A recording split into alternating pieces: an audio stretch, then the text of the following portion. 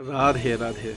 যেসব ভাইরা বা দাদারা বিবাহিত জীবনে সারাদিনই কাজের মধ্যে থাকো এবং সন্ধ্যেবেলা বা বিকালবেলা বাড়িতে ফেরো, তারপরেও সংসারের এটা করতে হয় ওটা করতে হয়, ঝাড় দিতে হয়, বাসন মাজতে হয় তাদের, এবং রান্নাটাও তাকে করতে হয়।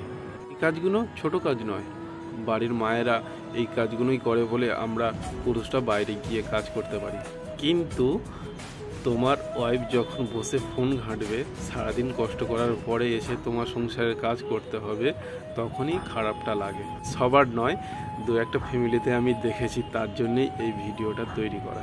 সেদিনকে দেখছিলাম দাদারাকে রীতিমতো থ্রেট করছে, আমি এসেছি তোর সংসারের 14 বর্ষের সৌভাগ্য, তুই বাইরেও কাজ করবি ঘরেও কাজ করবি, না হলে আমি আবার যেদিন চলে গেছিলাম ফের চলে যাব।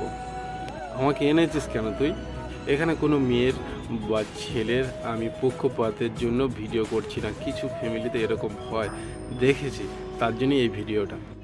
সংসারে স্বামীর এবং স্ত্রীর দুজনেরই সহযোগিতা সমানভাবে কাম্য।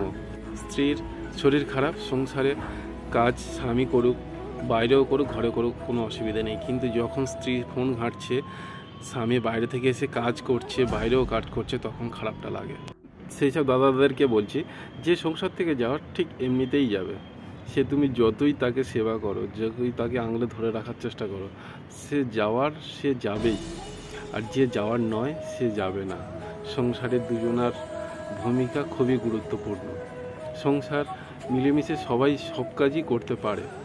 একটা মেয়েও সব কাজ করতে পারে, একটা ছেলেও সব কাজ করতে পারে। তাই সংসারের ভূমিকা দুজনার সমান থাকা উচিত। সবাই ভালো থাকবে, বাবা মাকে খেয়াল রাখবে।